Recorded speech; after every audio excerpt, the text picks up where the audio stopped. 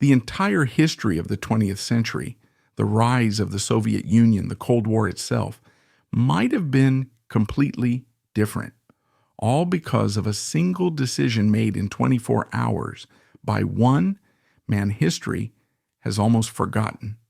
Not Nicholas II, not Lenin, but his younger brother, Tsar Michael II. On March 15, 1917, when Nicholas abdicated, Grand Duke Michael Alexandrovich became the sovereign ruler of all Russia. He faced a stark choice: seize absolute power, rally the loyalist army, and crush the revolution by force, or surrender it for the fragile hope of democracy.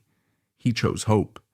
That noble refusal failed catastrophically, directly paving the way for extremist Bolsheviks to seize the power vacuum. And his reward for this act: he became the first Romanov to be executed. He was murdered not because he was a tyrant like his brother, but precisely because he was not. We are about to examine the man who had the chance to save Russia, and why his very decency guaranteed his own destruction. Imagine Russia at the close of the 19th century. It was a vast, sprawling empire, still clinging to autocratic rule, while the winds of change, revolution, and modernity were sweeping across Europe. At its heart was the Romanov dynasty, a family steeped in centuries of tradition and immense privilege, yet increasingly out of touch with the struggles of its people. This was a world of glittering palaces, grand balls, and elaborate military parades, but also one of profound social inequality, burgeoning political unrest, and the ominous rumblings of a coming storm. The Romanovs, for all their outward splendor, were living on borrowed time, unknowingly presiding over the twilight of their centuries-old reign. The vastness of Russia itself, stretching from the Baltic Sea to the Pacific Ocean, encompassed an astonishing array of cultures, languages, and social strata, all held together by the iron will of the Tsar.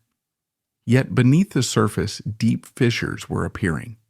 The Industrial Revolution, while bringing some progress, also brought with it the harsh realities of urban poverty and a growing disaffected working class. The peasantry, still largely tied to the land despite the abolition of serfdom decades prior, yearned for land reform and a better life. Intellectuals and revolutionaries inspired by Western European ideals openly challenged the autocratic system, often at great personal risk. It was a society simmering with contradictions, immense wealth alongside abject poverty, devout faith alongside burgeoning atheism, ancient traditions clashing with modern aspirations. The stage was set for an era of unprecedented upheaval, and the Romanov family, isolated within their gilded cages, were ill-equipped to face the coming storm. Into this opulent yet volatile world, Grand Duke Michael Alexandrovich was born on December 4th, 1878, Old Style November 22nd, at the majestic Anichkov Palace in St. Petersburg. The Anichkov Palace, one of the imperial family's many residences, was a symbol of Romanov grandeur, its ornate rooms and manicured gardens, a world away from the gritty realities of the city just outside its walls. Michael was the fifth child of Emperor Alexander III of Russia and Empress Maria Feodorovna, formerly Princess Dagmar of Denmark. His father, Alexander III, was a towering figure, both physically and politically. A staunch conservative, he believed fiercely in the principle of autocracy, reigning with an iron fist after the assassination of his liberal-leaning father, Alexander II. Alexander III was known for his immense strength, his imposing presence, and his unwavering commitment to Russian orthodoxy and tradition. He sought to halt the reforms that he believed had weakened Russia, ushering in a period of reaction. Michael's mother, Empress Maria Feodorovna, was a woman of elegance, charm, and strong will, Originally Princess Dagmar of Denmark, she was deeply beloved by her family and the Russian people alike, known for her philanthropic efforts and her to navigate the complex social currents of the court. She provided a loving, if still formal, environment for her children, often acting as a bridge between their formidable father and their sometimes overwhelmed personalities. Michael grew up surrounded by his 4 older siblings, Grand Duke Nicholas, who would become Nicholas II, Grand Duke George, Grand Duchess Xenia, and Grand Duchess Olga. Of them all, Nicholas, the eldest, was destined for the throne, a destiny he often felt ill-prepared for.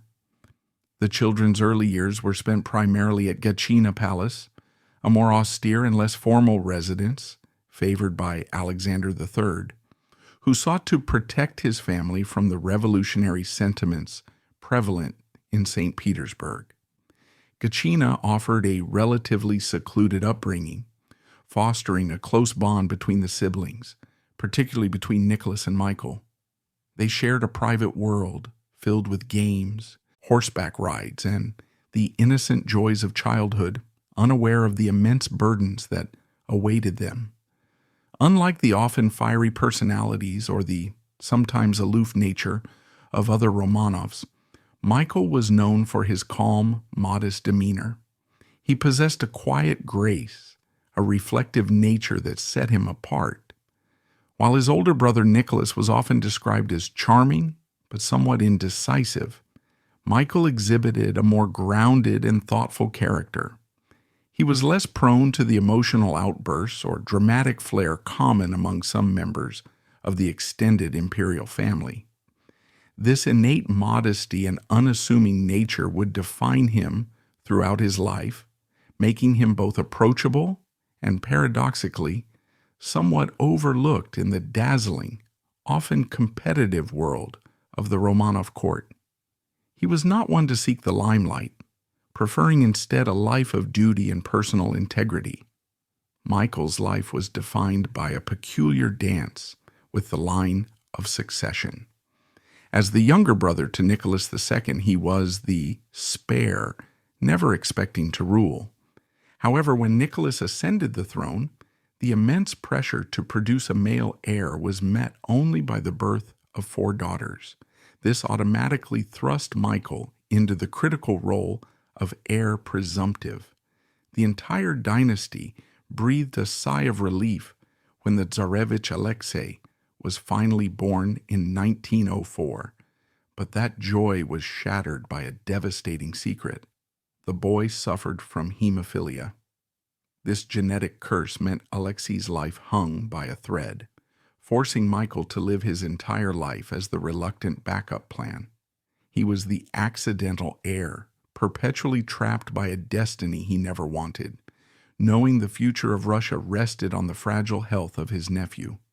Despite this intricate dance with succession and the inherent pressures it brought, Michael carved out a distinguished military career, finding solace and purpose in the structure and camaraderie of army life. He had inherited the Romanov tradition of military service, a deep-seated commitment to leading and serving in uniform. He joined the Russian army in 1898, embarking on a path that would see him rise through the ranks and participate in some of Russia's most challenging conflicts. His early service was in elite cavalry units, considered among the most prestigious branches of the Imperial Army. He served with particular dedication in the Imperial Guards Horse Regiment, a highly esteemed formation comprising the Empire's finest horsemen and officers, often drawn from the aristocracy. Life in the Guards was demanding, emphasizing discipline, tactical skill, and physical prowess. Michael excelled in this environment. He was a natural horseman, a skill he had cultivated since childhood, and he embraced the rigorous training and the esprit de corps of his regiment. This was more than just a ceremonial role. It was a deeply ingrained part of Romanov identity. Unlike some other Grand Dukes who merely held honorary positions, Michael took his military duties seriously, striving to be a capable and respected officer. He enjoyed the relative simplicity and directness of military life, which offered a welcome respite from the complexities and intrigues of the imperial court. The camaraderie with his fellow officers and the clear hierarchy of military service appealed to his modest and straightforward nature. Michael's military service wasn't just ceremonial. He saw action in real conflicts, facing the brutal realities of warfare. He participated in the Russo-Japanese War from 1904 to 1905, a conflict that deeply shook the Russian Empire and exposed its vulnerabilities. This war, fought over territorial ambitions in Manchuria and Korea, was a humiliating defeat for Russia, revealing the inefficiencies and corruption within the autocratic system. While the war was ultimately disastrous for Russia, Michael's presence on the front lines demonstrated his commitment to his country and his willingness to share the dangers faced by his troops. He was not a distant figure, but an officer who understood the hardships of war.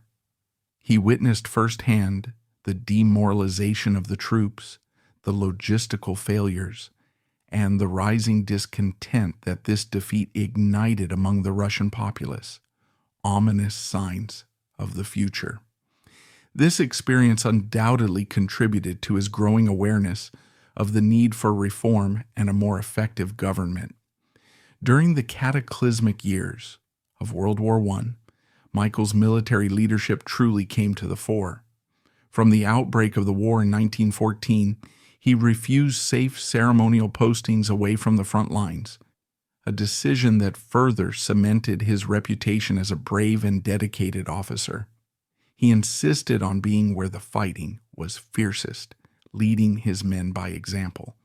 His most notable command during the war was that of the Wild Division, or Caucasian Native Cavalry Division, a truly unique and formidable force.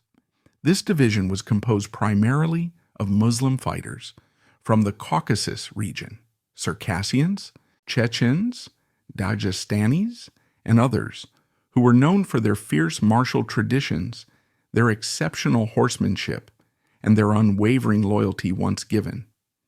These were not conscripted soldiers in the traditional sense. They were volunteers, bound by honor and a deep respect for their commanders. Leading such a diverse and distinct unit required exceptional leadership, cultural sensitivity, and a keen understanding of their unique fighting style. Michael proved himself more than capable. He immersed himself in the culture of his troops, earning their respect and admiration. He learned to appreciate their fighting spirit and their fierce independence. Under his command, the Wild Division became renowned for its bravery, its effectiveness in reconnaissance, and its daring cavalry charges. They were a formidable force on the Eastern Front, often deployed in areas requiring swift and decisive action.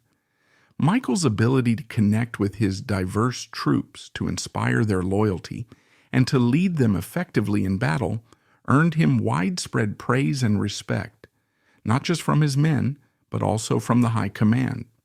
He was known for his calm demeanor under fire, his strategic acumen, and his genuine concern for the welfare of his soldiers.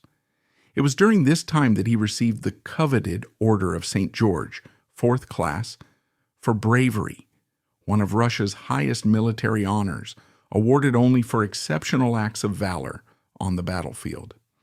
This wasn't an honorary medal. It was earned through his courage and leadership in the brutal realities of trench warfare and cavalry engagements. The citation for his award would have highlighted specific acts of gallantry, underscoring his personal bravery. Yet even as he excelled on the battlefield and earned the accolades of a war hero, a growing disillusionment with his brother Nicholas II's management of the war and domestic politics began to take root. Michael, like many other intelligent and observant officers, witnessed firsthand the catastrophic failures of the Russian military bureaucracy, the appalling supply shortages, and the widespread suffering of the common soldier. He saw the incompetence at the highest levels of government and the Tsar's increasing inability to grasp the gravity of the situation. The influence of figures like Grigory Rasputin on the Empress Alexandra, and by extension on the Tsar, further eroded his faith in his brother's autocratic rule. Michael began to believe strongly in the necessity of a constitutional government, a radical idea for a Romanov. He saw that the autocratic system, for all its historical power, was failing Russia. He recognized that a more representative form of government, one that shared power and was accountable to the people, was essential for the survival and modernization of the empire. This growing political awareness, fueled by his experiences on the front lines and his observation of the mounting social unrest, transformed him from a dutiful Grand Duke into a thoughtful and increasingly reform-minded figure. He moved away from the traditional, unquestioning loyalty to the autocracy and began to entertain ideas of political reform that were considered revolutionary within the confines of the Romanov court. This evolution of his political thought would play a crucial role in his momentous decision in 1917, marking him as a man capable of independent thought and a deep, albeit tragic, commitment to his country. But perhaps the most defining and certainly the most dramatic chapter in Michael's life, a chapter that occurred concurrently with his rising military obligations and political anxieties, was his personal one. It was a love story that defied royal protocol, ignited the fury of the Tsar, and irrevocably altered his position within the Romanov family. This was his relationship with Natalia Sergeyevna Wolfert. This romance wasn't a youthful indiscretion. It was a profound, life-altering commitment that reveals the true core of Michael's character, pitting his deep sense of personal integrity against the ancient, ironclad duties of his birthright. To understand the magnitude of this, we must first understand the woman who captured the heart of Russia's potential heir. Natalia Sergeyevna Wolfert, born Sheremetevskaya, was not royalty. She was not even high aristocracy. She was from the gentry, the daughter of a Moscow lawyer. But she possessed a magnetism and intelligence that eclipsed many of the women in the highest circles. She was captivatingly beautiful, fiercely intelligent, and possessed a social grace that drew people to her. However, in the eyes of the rigid Romanov court, she was entirely and catastrophically unsuitable. By the time she met Michael, Natalia was already a sophisticated woman of the world, and crucially, she was twice divorced.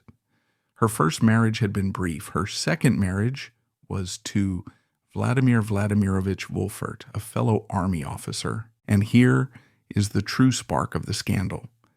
Wolfert was an officer serving in the very same regiment that Grand Duke Michael commanded. The exact moment they met is lost to the specific diaries of the day, but it occurred within the close-knit social circles of the Imperial Guards. Michael, as commander of the Blue Cuirassier Regiment, stationed at Gatchina, would have presided over dinners, balls, and regimental events. Natalia, as the wife of one of his officers, would have been a constant presence. What began as polite social interaction soon deepened into something undeniable. Michael, known for his inherent shyness and modest reserve, found himself utterly captivated by Natalia's confidence, her wit, and her empathetic nature. She saw the man behind the Grand Ducal title. He saw a woman of substance and spirit, a refuge from the crushing formality of his life. The affair began quietly, but soon became the most scandalous topic of conversation in St. Petersburg. This was not merely a Grand Duke taking a mistress, which, while officially frowned upon, was a common, almost expected aristocratic diversion. This was the heir presumptive to the Russian throne pursuing the wife of a subordinate officer in his own regiment. It was a catastrophic breach of the military code of honor, a public humiliation for Officer Wolfert, and a moral crisis for the dynasty. The gossip was relentless. The imperial family was horrified. Michael's mother, the Dowager Empress Maria Feodorovna, who adored her son, was deeply distressed by the potential fallout. But the most vehement opposition came from the very top. Tsar Nicholas II, and perhaps even more fiercely, Tsarina Alexandra Feodorovna, viewed the relationship with absolute revulsion. Alexandra, a woman of rigid moral and religious principle, and one perpetually anxious about the dignity of the throne, saw Natalia as a conniving, twice-divorced adventuress, a commoner who was polluting the sacred aura of the dynasty. Nicholas demanded his brother end the relationship. He ordered Michael to break it off, appealing to his sense of duty, his honor, and his oath to the throne. But Nicholas had fundamentally misunderstood his younger brother. Michael's quiet modesty was not weakness. It was a symptom of a deep, reflective core. In Natalia, he had found the one thing his life lacked: genuine, unconditional personal happiness. He refused his brother's command. He tried to compromise, seeking privacy, but he would not give her up. The situation escalated dramatically when Natalia became pregnant. In 1910, she gave birth to a son, George Mikhailovich.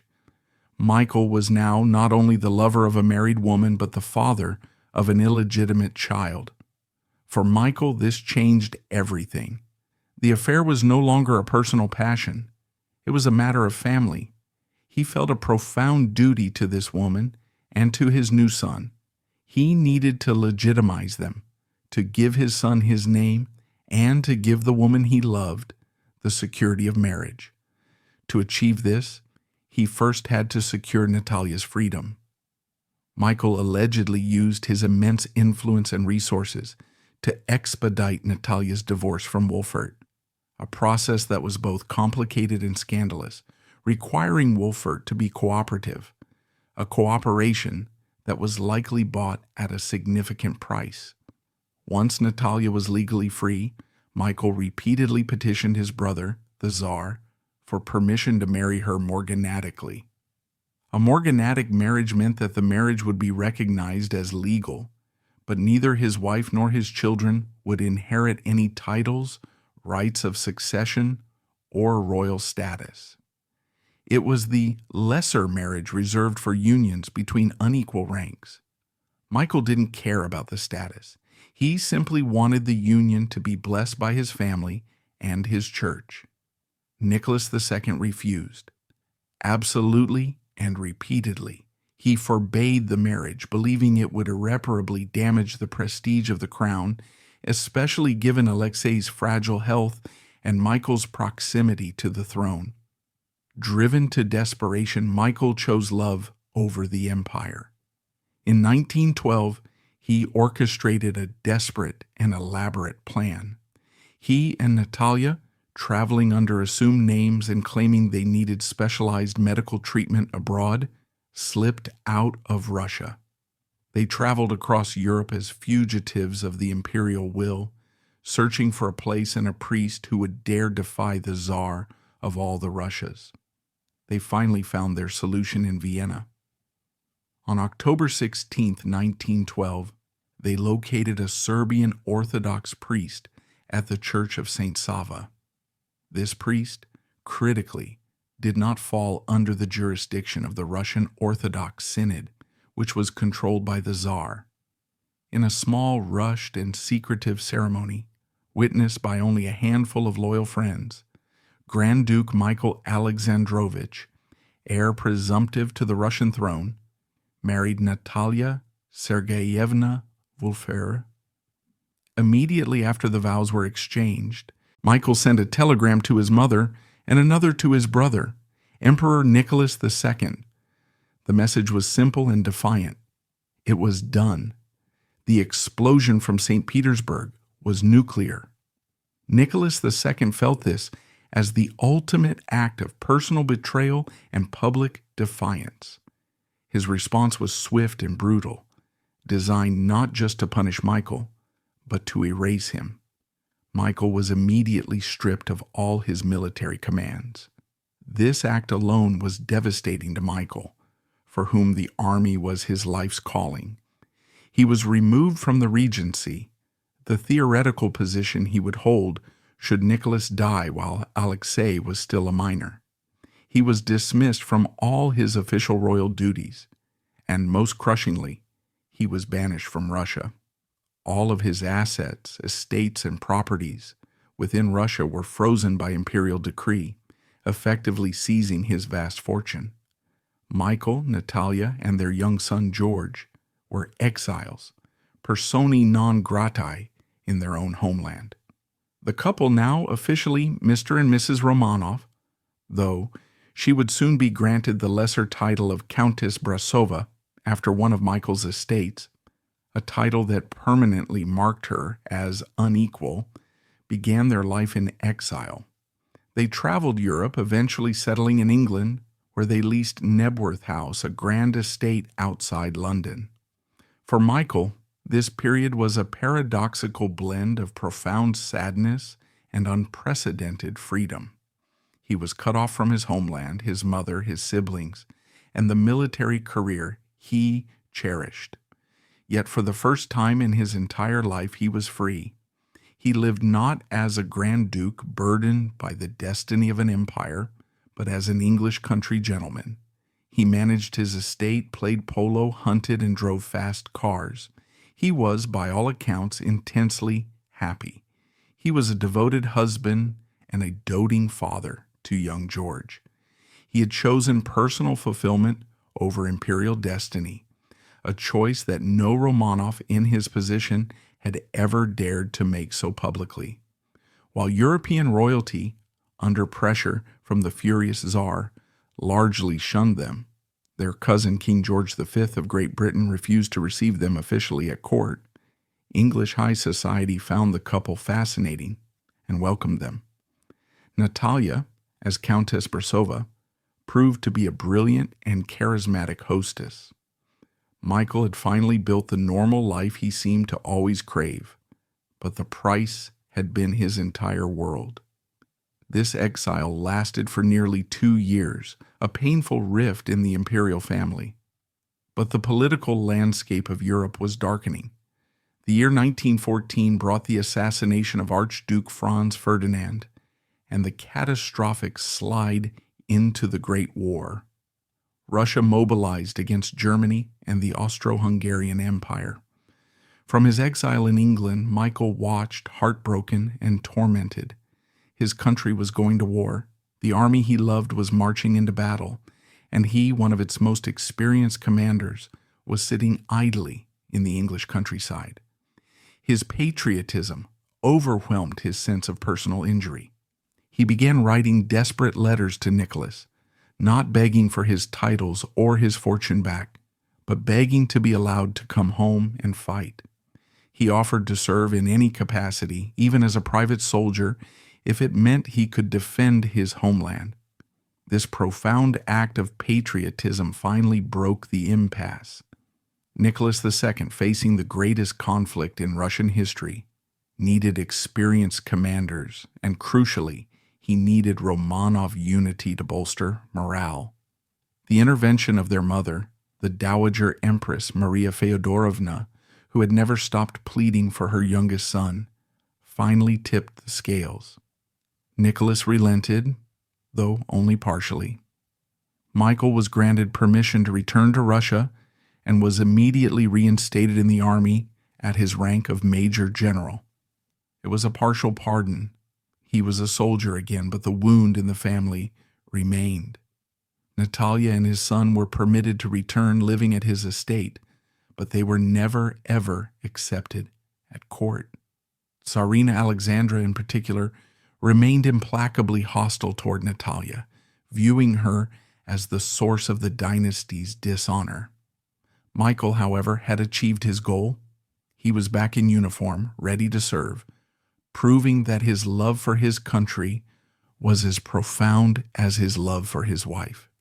He would soon be assigned to command the Caucasian Native Cavalry Division, the Wild Division, and it would be here, in the crucible of the Eastern Front, that he would earn his reputation for valor, even as his homeland began to disintegrate behind him.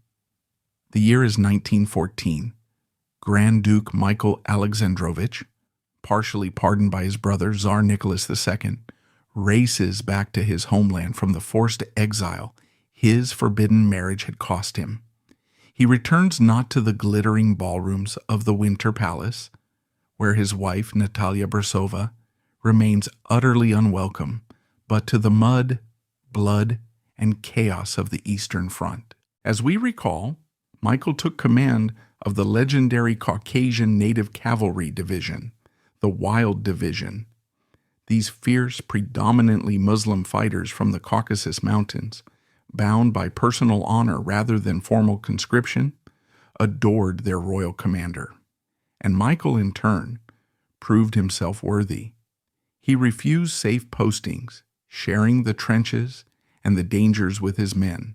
He led from the front, earning the Order of St. George for conspicuous bravery under fire. While Michael was cementing his reputation as a true soldier, a patriot willing to bleed for Russia, the empire he was fighting for was rotting from within. Back in Petrograd, as St. Petersburg was renamed to sound less German, the government had descended into a spiral of incompetence, mysticism, and decay. With Nicholas II installing himself as commander-in-chief at the military headquarters, Stavka, in Mogilev, hundreds of miles from the capital, he left the daily governance of the empire in the hands of his wife, the Tsarina Alexandra. Alexandra, deeply distrusted for her German heritage and blinded by her devotion to the mystic Grigory Rasputin, oversaw a catastrophic revolving door of ministerial appointments. Capable statesmen were dismissed, replaced by inept sycophants approved by Rasputin. Supply lines for the army collapsed. Food disappeared from the cities. The economy hemorrhaged. The Russian people who had entered the war with a surge of patriotism were now cold, starving, and furious. The murder of Rasputin in December 1916 by a group of aristocrats didn't solve the problem. It merely removed the scapegoat, leaving the deep-seated corruption and incompetence of the regime bare for all to see. Michael, on his visits from the front, saw the disaster unfolding. He was not isolated like his brother. He was in Gatchina, near Petrograd, and he could feel the temperature of the streets. He, along with other, more pragmatic Romanovs, saw the abyss opening. In a last desperate attempt to save the dynasty from itself, Michael participated in appeals to his brother, practically begging Nicholas to grant concessions. They urged him to create a government of confidence, a ministry responsible to the Duma, the elected parliament, effectively transitioning Russia into a constitutional monarchy, much like Great Britain. This, they argued, was the only way to appease the people and stabilize the country to win the war. Nicholas II viewed this advice not as loyal counsel, but as weakness and betrayal. He dismissed their warnings with contempt, ordering them back to their duties, tragically blind to the fact that he was sawing off the branch upon which he sat. Michael had tried the moderate path. He had tried to save his brother from himself. He was ignored. In late February 1917, by the old calendar, the dam finally broke. It didn't begin as a Bolshevik coup or a grand political conspiracy. It began with hungry women. On International Women's Day, thousands of female textile workers in Petrograd went on strike, marching through the streets demanding bread. They were soon joined by workers from the massive Putilov factories, swelling the crowds to tens of thousands. Nicholas, from his remote headquarters, ordered the Petrograd garrison to suppress the riots, by tomorrow, using force. At first the troops obeyed, but then the unthinkable happened. The soldiers, mostly young conscripts and older reserves drawn from the same peasant and working classes as the protesters, wavered. Then, regiment by regiment, they turned. They refused to fire on the crowds, and then they joined them, shooting their own officers and opening the arsenals.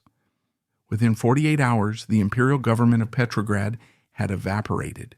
The autocracy, which had ruled Russia for centuries, collapsed not with a bang, but in a sudden catastrophic implosion of its own authority. Tsar Nicholas II, still isolated at Stavka, finally realized the severity of the situation and attempted to return to the capital, but it was too late. The revolution controlled the railways. The imperial train was halted, diverted by revolutionary railway workers, and shunted onto a desolate siding at Pskov. He was no longer the ruler of Russia. He was a prisoner of the revolution. It was here, trapped in his carriage, that his own generals, men like General Alexei and General Ruzsky, monarchists to their core, along with representatives from the Duma, confronted him. They laid the cold reality bare. The army would no longer support him. The capital was lost. To continue the war and save Russia from civil war, he had to go. On March 15, 1917, a broken Nicholas II agreed to sign the Manifesto of Abdication. His first instinct was to uphold tradition. He abdicated in favor of his ailing son, the Tsarevich Alexei. He designated his brother Michael as regent to rule until Alexei came of age. But reality set in almost immediately. The document was prepared, but Nicholas lingered. He was consumed by one thought: his family. He knew Alexei's hemophilia required the constant, specific care of his mother.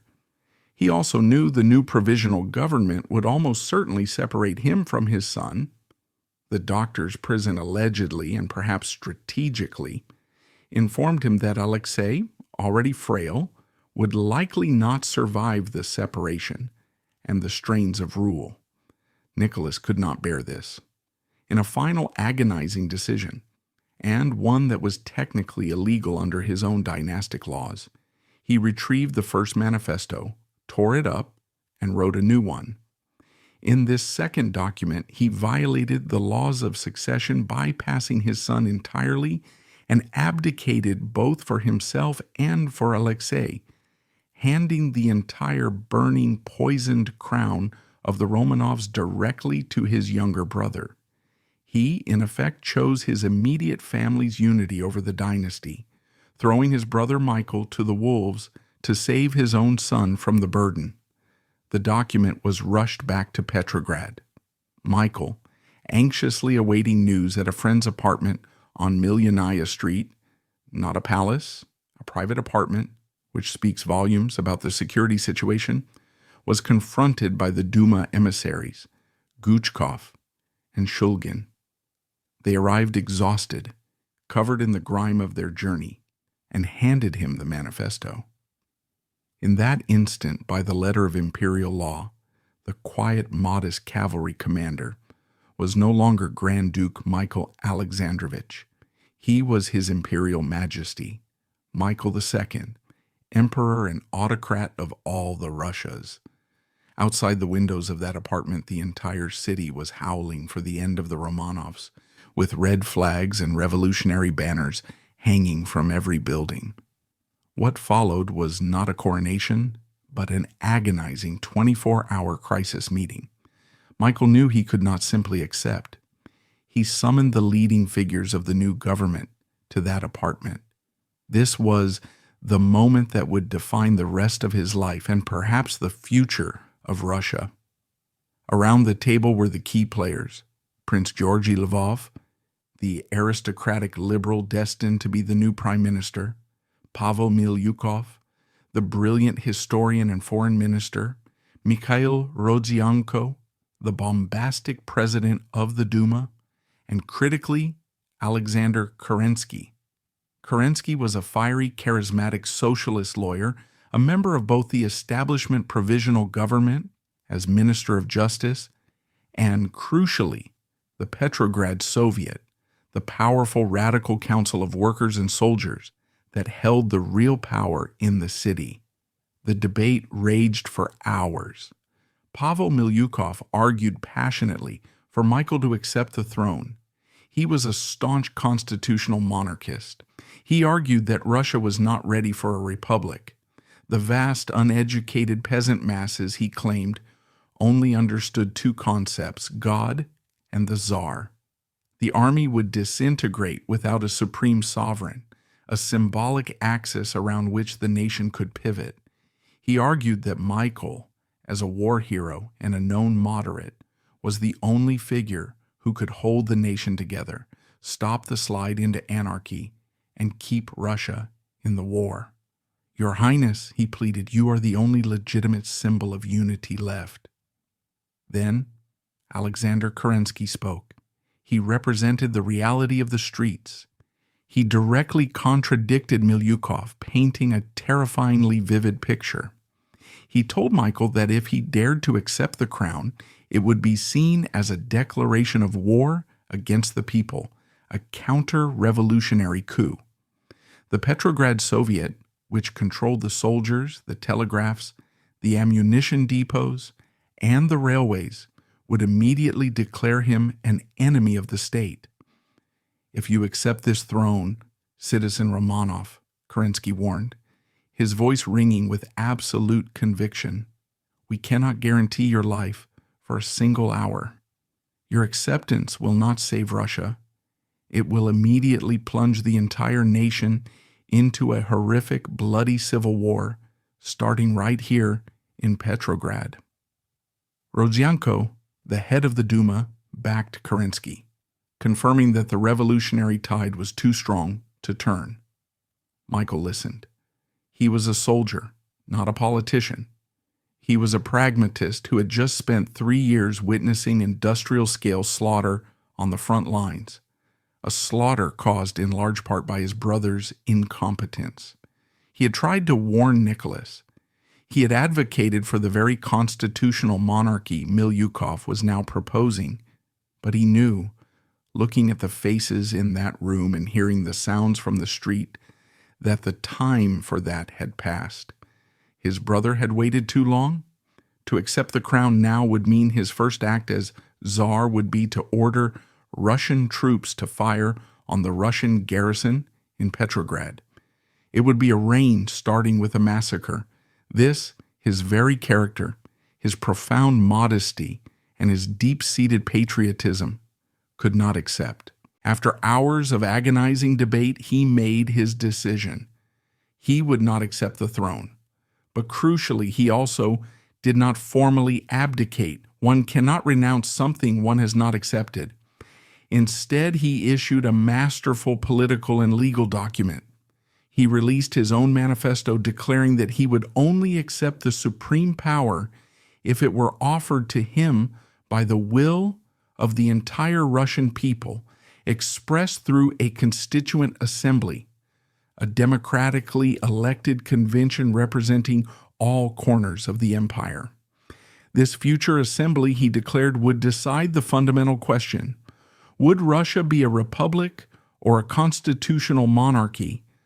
Until that assembly could be convened, Michael vested all power in the provisional government, urging all citizens to obey it as the legitimate authority.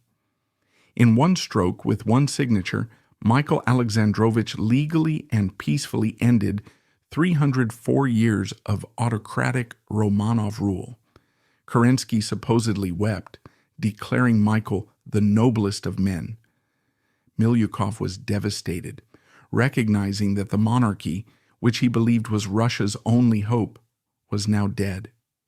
Michael himself felt only a profound sense of relief, coupled with anxiety for his country. He had been offered the greatest empire on earth, and for the sake of peace and his principles, he had refused it. He had chosen Russia over the dynasty. He stepped out of that apartment not as Tsar Michael II, but as citizen Michael Romanov. He believed he had saved his country from immediate civil war and ushered in a new democratic future. He had no way of knowing that he had only bought a fleeting moment of calm, and that in refusing the crown, he had inadvertently sealed his own fate and that of his entire family. In the immediate chaotic aftermath of March 16th, 1917, a profound, almost surreal calm settled over Michael Alexandrovich.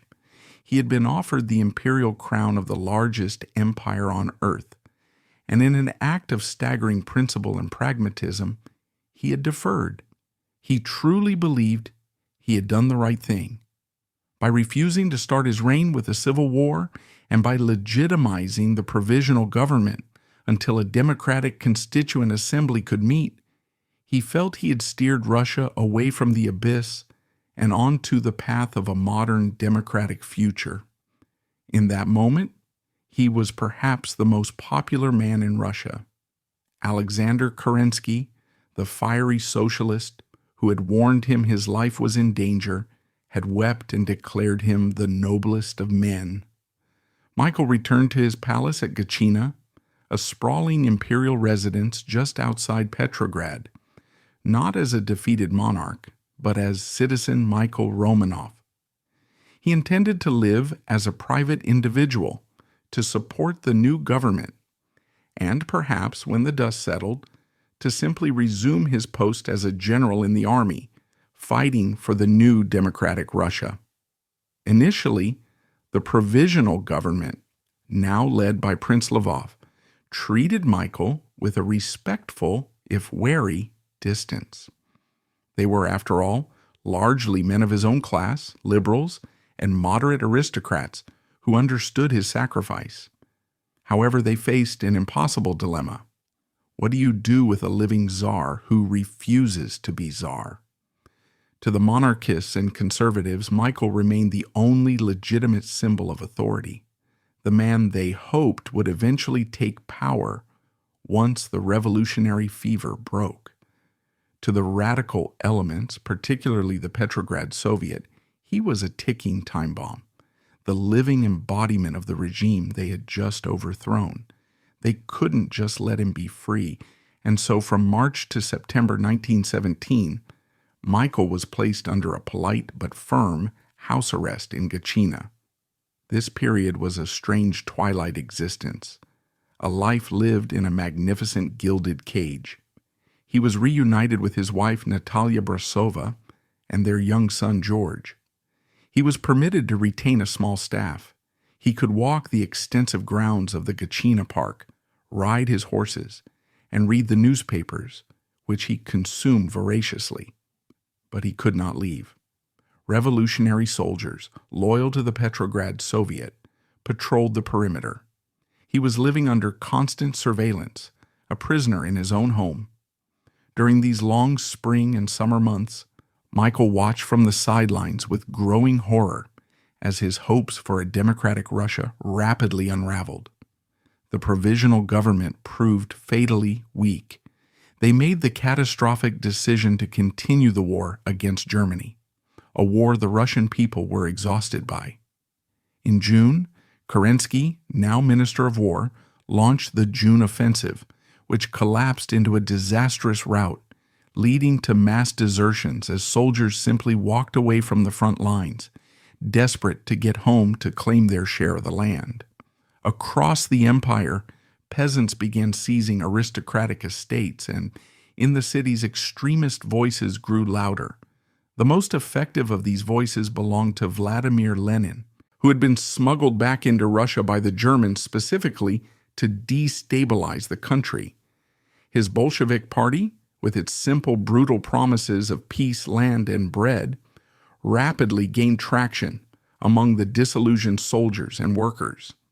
The true turning point for Michael came in August 1917 with the Kornilov affair. General Laver Kornilov, the new commander-in-chief of the army, disgusted by the Bolsheviks and the weakness of the government, attempted a right-wing military coup to restore order, and many presumed eventually the monarchy. Kerensky, who had by now become prime minister, panicked.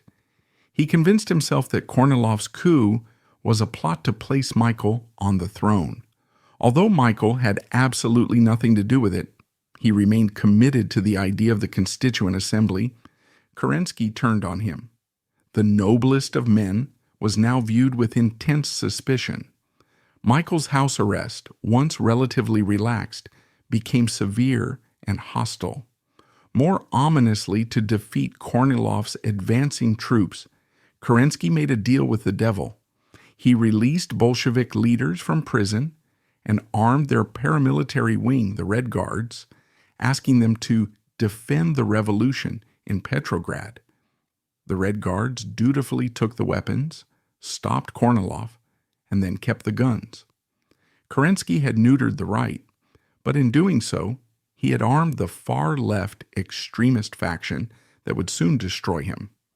In October 1917, which is November by the modern calendar, the Bolsheviks struck. In a swift, decisive, and ruthless coup d'etat, Lenin's Red Guards stormed the Winter Palace, arrested the remnants of the provisional government, and seized power.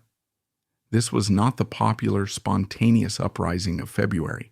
This was a seizure of power by a minority militant faction. For Michael, everything changed. His captors were no longer the liberal politicians he knew, men like Lvov or Kerensky. His new jailers were the Bolsheviks, a party built on a foundation of rigid Marxist ideology, class warfare, and terror. To them, Michael was not a political figure or a noble hero who had deferred the crown. He was a Romanov. He was a class enemy, a parasite, a leech, and the symbolic head of the old world they had sworn to utterly annihilate. The atmosphere at Gatchina turned from one of surveillance to one of pure menace.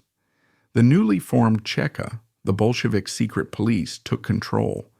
Squads of rough, armed Red Guards constantly stormed the palace, conducting searches.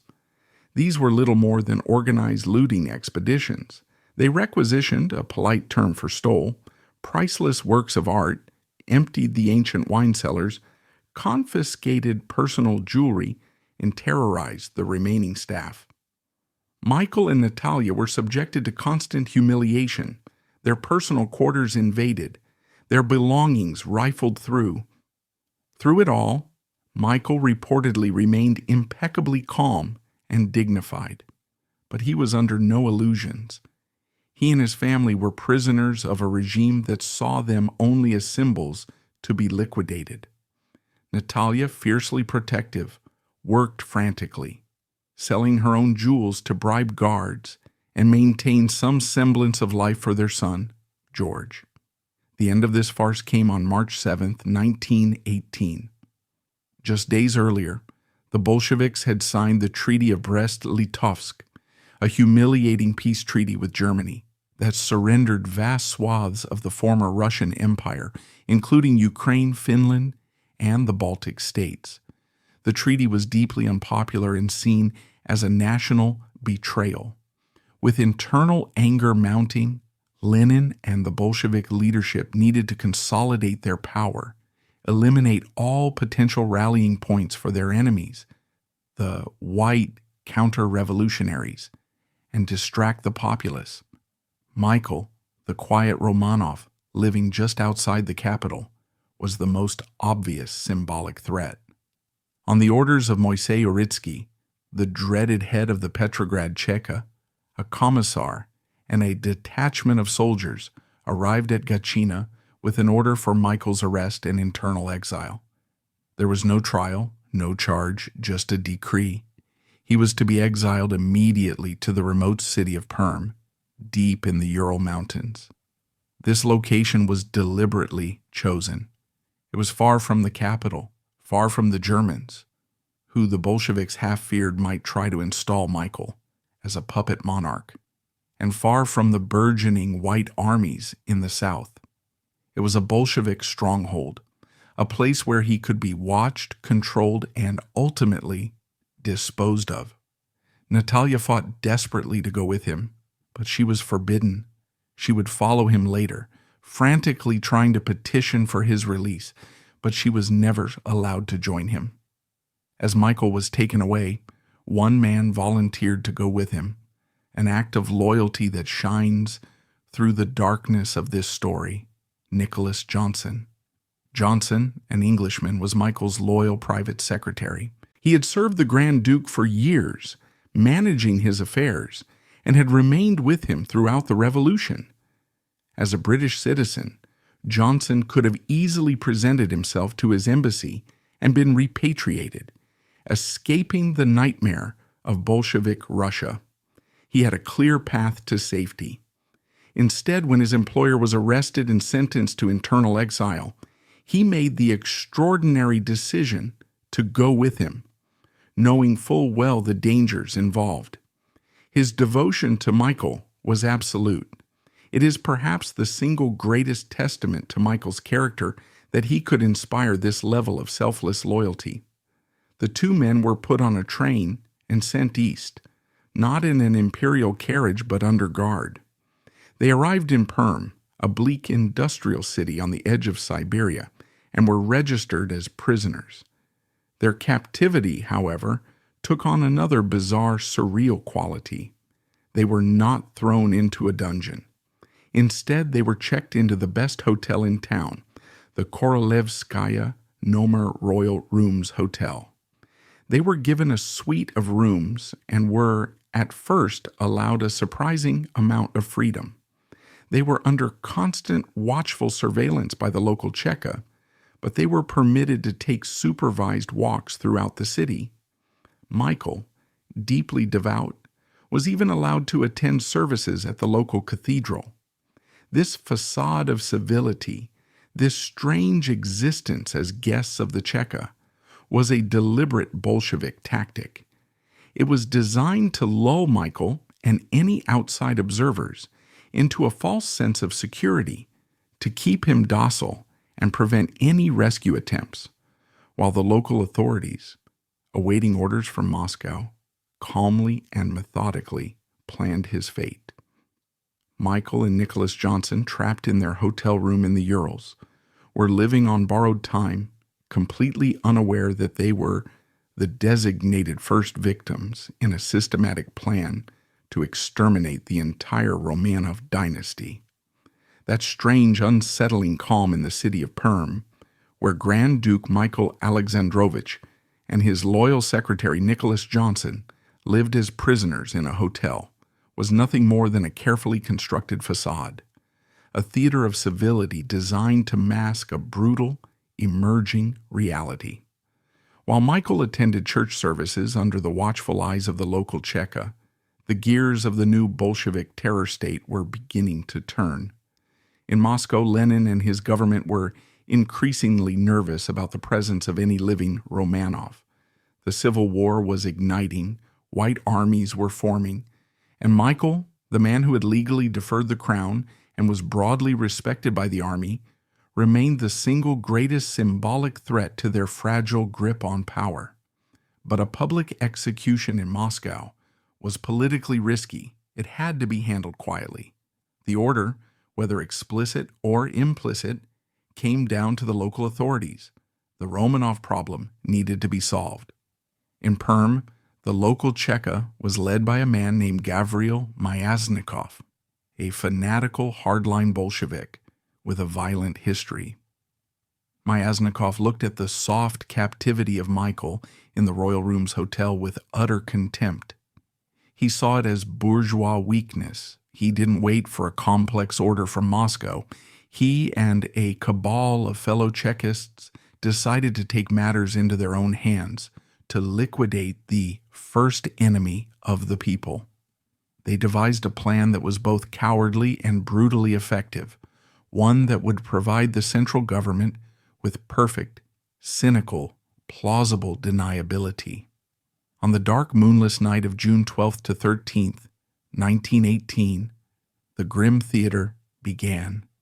Shortly after midnight, Myasnikov and his armed conspirators arrived at the Hotel Korolev, not in official Cheka uniforms, but disguised, some posing as revolutionaries, others as ordinary soldiers. They stormed up the stairs and forced their way into Michael's room. They woke the Grand Duke and his secretary, barking that the situation in the city was critical. They waved a fabricated order claiming that counter-revolutionaries, or perhaps even German agents, were plotting to rescue Michael that very night. For his own safety, they claimed, he and Johnson needed to be evacuated immediately to a secure safe house. Michael was immediately suspicious. The hour was wrong. The men were rough. The story was frantic. He demanded to speak to the head of the local Cheka. Nicholas Johnson, ever the protective secretary, argued fiercely, demanding to see proper credentials, pointing out that they were prisoners and could not just be removed without a formal order. But this was not a negotiation. The intruders grew impatient. Guns were drawn. Michael and Johnson were told they could pack nothing. They must come immediately. Realizing they were powerless, Michael remained calm, dressed quickly, and tried to soothe his indignant friend. The two men were marched out of the hotel and hustled into two rickety, horse-drawn carriages, known as phaetons, surrounded by the armed men. The carriages did not drive toward the local Cheka headquarters or another secure building within the city. Instead, they clattered over the cobblestones and headed out of Perm, away from the city lights, toward the dark, sprawling forest near the Motovilica factory district. The journey was tense and silent. After several miles, the carriages stopped abruptly on a lonely, wooded road. The men ordered Michael and Johnson to get out. It was in this moment, under the black sky, surrounded by the towering pines, that Michael Alexandrovich must have finally understood that this was not a transfer. It was an execution. Accounts pieced together later from the murderer's own boasts suggest Michael remained dignified, perhaps asking where they were being taken. Johnson, enraged, continued to protest this lawlessness. Myasnikov, or one of the other assassins, raised a pistol and shot Michael, perhaps in the head. The shot may not have been fatal, as he reportedly lunged toward his wounded secretary, trying to shield him. Nicholas Johnson, seeing his master fall, fought back or tried to run before he, too, was shot down. To ensure the work was done, the killers fired multiple bullets into both men, ending their lives on the damp forest floor. Grand Duke Michael Alexandrovich, the Tsar for a day, the man who had given up an empire to prevent bloodshed, became the first Romanov to be murdered by the Bolsheviks. The brutality did not end with their deaths. The murderers immediately fell upon the bodies, stripping them bare. They took Michael's clothes, his boots, and crucially, Nicholas Johnson's wristwatch. These items served a grotesque triple purpose. They were ghoulish souvenirs. They were proof to the Bolshevik leadership in Perm that the deed was done. And they ensured that if the bodies were ever discovered, they would be unidentifiable. The naked corpses of the Grand Duke and his loyal secretary were loaded back into the carriages, driven deeper into the forest, and there the executioners attempted to burn them, likely using kerosene or sulfuric acid to disfigure them beyond recognition. They were then buried, or perhaps simply discarded, in a secret, unmarked grave. To this day, despite numerous investigations, the final resting place of Michael and Nicholas Johnson remains definitively unknown. The cover-up began immediately. The very next morning, the Perm authorities, led by the same men who had organized the murder, enacted the second phase of their plan. They announced that Grand Duke Michael Alexandrovich had been kidnapped during the night by a gang of counter-revolutionaries disguised as Red Guards. The city was sealed. Fake search parties were organized. Witnesses at the hotel were intimidated. This fabricated story was dutifully reported to Moscow. It was a cynical lie, designed to test the waters, to see how the world and the Russian people would react to the disappearance of a Romanov. The reaction was muted. The world was war-weary. Russia itself was in chaos. Lenin's government, while publicly feigning outrage at the kidnapping, now had its answer. The liquidation of a Romanov provoked no mass uprising, no foreign intervention. The test case had been a success. Michael's murder was the green light. It was the dress rehearsal for the horrific massacre that would follow just over 1 month later. On the night of July 17th to 18th, 1918, in a cellar in Yekaterinburg, just on the other side of the Ural Mountains, Bolshevik executioners, emboldened by the lack of reprisal for Michael's murder, shot and bayoneted Tsar Nicholas II, Tsarina Alexandra, their 4 daughters, and their ailing son, Alexei. Michael's death was not just a murder. It was the beginning of the Red Terror, the opening shot in the systematic annihilation of the Romanov dynasty. What, then, is the lasting legacy of this man who was Tsar for only a day? His personal story met its own tragic coda. His wife, Natalia Brasova, who had been nearby in Perm, frantically trying to petition for his release, was told the lie of his kidnapping. She knew instantly it was a murder. Heartbroken, she dedicated the rest of her efforts to the one thing they shared, their son. She miraculously managed to have young George smuggled out of Russia, eventually finding refuge with Michael's mother, the Dowager Empress, in Denmark. Natalia herself was arrested, imprisoned by the Bolsheviks, and subjected to horrific conditions before staging a daring escape and fleeing Russia in 1920. She died in poverty in Paris in 1952, having never recovered from the loss of the man she loved. Their son George, Count Brasov, the boy for whom Michael had sacrificed his place in the dynasty, was raised in exile in France and England. He was, by all accounts, a bright and charismatic young man, the living image of his father. But the tragic Romanov fate pursued him.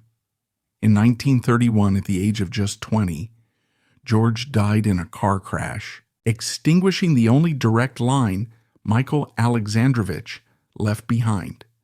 For decades, Michael was a footnote in history, eclipsed by the greater tragedy of his brother Nicholas. But in the years since the fall of the Soviet Union, his story has been re-examined, and his significance has profoundly shifted. In 2000, the Russian Orthodox Church, recognizing the nature of his death, canonized him as a passion bearer, along with Nicholas and his family. This title is distinct from that of a saint. It is reserved specifically for those who face their death in a Christ-like manner, with meekness, piety, and a refusal to meet violence with violence. His murder and that of his loyal secretary Nicholas Johnson was recognized not as a political assassination, but as an act of martyrdom. Historians, too, continue to grapple with the agonizing question his story presents: the great what if of the Russian Revolution. What if, in that smoke-filled apartment on March 16th, 1917, he had listened to Pavel Milyukov? What if Tsar Michael II had accepted the crown? Could this popular constitutional moderate war hero have served as the single axis of power Milyukov believed Russia needed? Could he have held the army together, defeated the Bolsheviks, and steered Russia toward a constitutional monarchy, a Russian Britain? Or was Kerensky right? Would his acceptance have merely been a suicidal act, instantly drowning the capital in a civil war he could never have won? We will, of course, never know. But in that dilemma lies the essence of his tragedy. Michael Alexandrovich was a decent, quiet, and principled man, born into a role he never coveted and forced by history into a choice that had no right answer. His life was defined by 2 profound refusals: his refusal to abandon the woman he loved, which cost him his imperial status, and his refusal to accept a crown soaked in the blood of his people, which ultimately cost him his life. He was not the great Tsar Russia needed, perhaps, but he was the noble man his country deserved. His story is the ultimate human tragedy of the moderate path, a path destroyed by the twin, unforgiving extremes of absolute autocracy and revolutionary terror, leaving behind only the haunting, melancholic echo of what might have been.